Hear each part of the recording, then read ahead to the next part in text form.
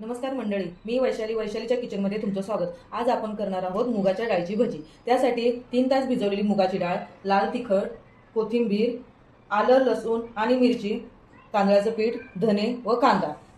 आपण आता सर्वप्रथम 1 चम्मच मुगाची डाळ काढून घेऊन मुगाची डाळ बारीक करून घेऊया। आता आपण जी मुगाची डाळ भिजवलेली बारीक करून घेतली आहे त्यामध्ये मिरची, आलं, लसूण आणि धने बारीक केलेलं ते 2 चम्मच टाकायचे। कोथिंबीर, कांदा,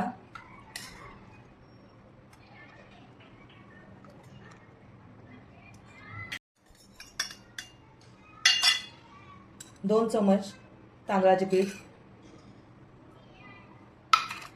चवीनुसार मीठ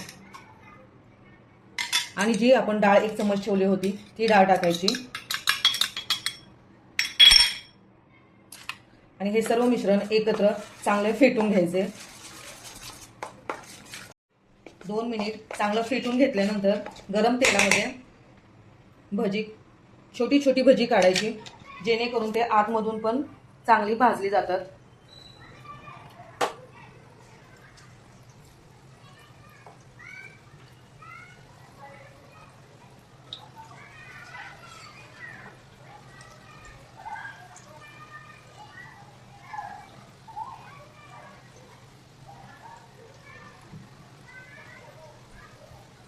मीडियम गॅसवरती भजी सुंदर अशी खरपूस भाजून घेऊयात।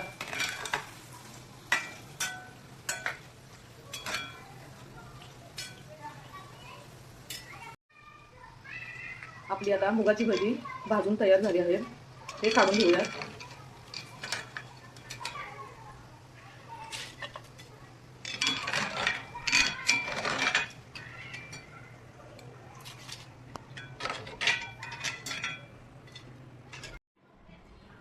आपली कुरकुरीत अशी मुगाची भजी तयार झाली आहे।